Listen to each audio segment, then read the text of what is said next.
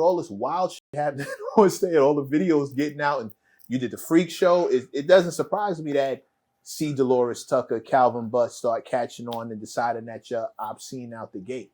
Yeah, that was before I started doing Freak Show and Peep Show. Yeah, no, that came. It came later on, but what Freak Show and Peep Show was almost like a middle finger to them. Exactly. Right. Well, I mean, the Peep Show, I started doing that because BET did have a network called Action Pay-Per-View, and so they didn't know what to do with it, and I just asked Bob Johnson, let me do some uncut shit on there, because everybody was doing an adult version of a video, right? You know, but they were playing in the club. So then I said, let me take that shit and, you know, create a show around that, but then interview people like y'all doing right here. So, you know, I would interview Akinyele, you know, niggas who had wild shit in their song. I interviewed Lil Kim. You know, I interviewed Jay-Z before he even got big. You know, Biggie asked me to interview him. He was like, yo, dude gonna be the next dude. You feel me? Right. And so I ended up interviewing him. That's why you see the famous video of the two girls eat each other out and him sitting on the couch. Yeah. So I, you know, even before interviewing him there, and so, you know, I interviewed Pac and all them dudes, Pac when he first got out of jail, Big, everybody. So I was doing that show on there, but describing what you say on the record. Mm-hmm. So like Lil Kim, you know, you got this hardcore raunchy record going on, and then I create a whole harem around motherfuckers and shit. And I'm actually, you know, because you know, if you ain't really about that life, I'm gonna find out. You feel me? All right. I'm gonna find out. So it's like, hey, Akinyele, come on in. You know, put him in the mouth. Okay, yeah, I can have some. Hold on, wait 1 minute. Hold on, that's my nigga. I was like, no. Get yourself together. You need to go get yourself together. You know, they want to, you know, you seen them put in your mouth. So I used to do shit like that. You know, I just having fun. What was the best interview you would say? The best interview. The best interview was the Pac interview. That was the most intense because I had the little beef with Death Row. We was coming off of that because they did a diss record, we did a diss record, we had a big fight in Atlanta and everything. You know, people probably see it on BMF, the last episode. They got this whole thing of me in Atlanta and the fight that happened at Jack the Rapper. Right. What was it over? Which it actually 2 records. You know what I'm saying? My whole thing was, you know, these, you know, back then Suge was tough guy. Suge, you know, touched up a few people. Right. You feel me? And a lot of dudes were scared of that shit. You know, and so you know, so when we started doing the back and forth, the beef records, then it was like, hold on, you know, because, you know, I'm not, you know, I'm not no type of guy that you going, you know, I ain't finna run for nothing. You feel me? And so, not like a lot of these other dudes, they industry dudes, and they really ain't like that. Right. You know, I know where I came from, but I ain't want to really go back there. But what exactly did it start over? It was just records. You know, Snoop did a record, we did a record, and that was it. You know, they said something on the record, and then we said something, and then next thing you know, it was like, all right. But we was, again, you know, real street niggas, you trying to squash the shit before it go there. So we try to squash the shit before we get to Atlanta. And the people who was running the convention, Jack the Rapper, they didn't want to. I was like, look, let us have a sit down because this shit is gonna go left.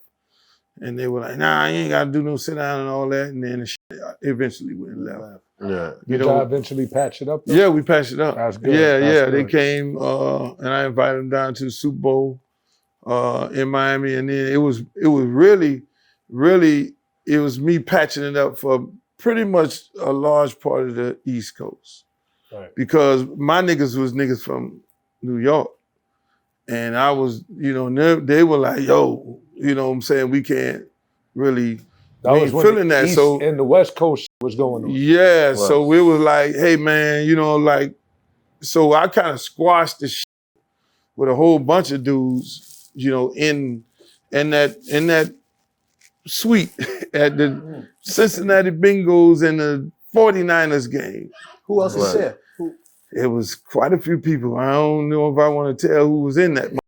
The beef was squashed. You can say who it was. Well, some people who were in federal prison right now. Right. So, you know, it was, you know, so I'm like really brokering this shit. I'm like, hey man, we squash, but then we gonna squash all this other shit too.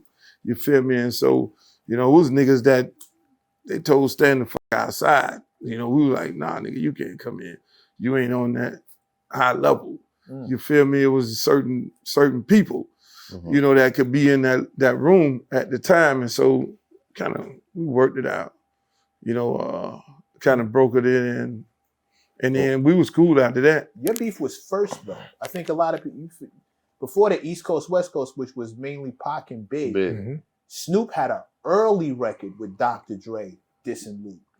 Yeah. It was an early record. He dissed a couple people on that, but you was one of them. And I never could figure out why. Like you can never figure out, like, how do you beef with that guy? Yeah, right? Like, what's the beef here? How do you find a way to why we because beef it's him? just fun and he liked the bitches. Right, like why? Why? It's like starting a fight in a strip club. Like, But how? that's why I'm asking. Was there something else that happened? Let me tell you, bitches or something? What's no, ain't nobody messing. Somebody baby moms We'll let them hoes on the bus. I don't even know. I mean, it just became. I don't know. We probably said some slick shit first, and then they said something. But at the end of the day, man, me and Snoop, we like best friends right now. That's good. You know, I like that. Suge, and I'm cool with Suge. You know, we locked up. I mean, I was trying to, and then I was trying to be the one who brokered the shit with Pac and Big. You know, like if you even look at the Peep shows I did, I'm sitting there talking like, nah, nigga, you know. And then Big, you know, hey, Big wasn't even wanting to get into none of this shit. Right. I'm talking to him like, yo, Big, like, look, man, I ain't got no beef with nobody. You know what I'm saying? Me and Big was real tight. Right. And so he never had no beef with it. And, you know, it was like, you know, Pop, look, you need to calm the fuck down. Because I knew Pop when he was with Digital Underground. Right. Yeah, Pop. Digital Underground was pretty much the closest thing to what you was doing. Exactly. So we toured together a lot. Right. And he would end up in my room. We talk a bunch of Black Panther shit and all that. And that's why you see him with a lot of my paraphernalia on. You'll see him with a loose scarf and shit, a bandana and everything like that, a t-shirt. That was my nigga. You know what I'm saying? Right. So I figured I'd want to be able to have a conversation with him.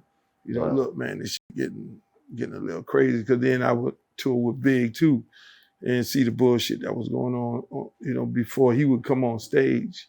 You know, it was a lot of either Big fans or Pac fans. That shit was crazy out there on the road. You feel me? So, you know, dealing with all that, you know, trying to just squash. Even that's when I became Uncle Luke to everybody.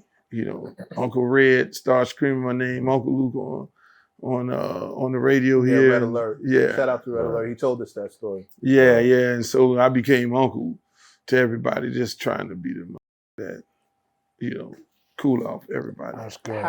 How nervous were you when you found out that, like, the U.S. government was beefing with you?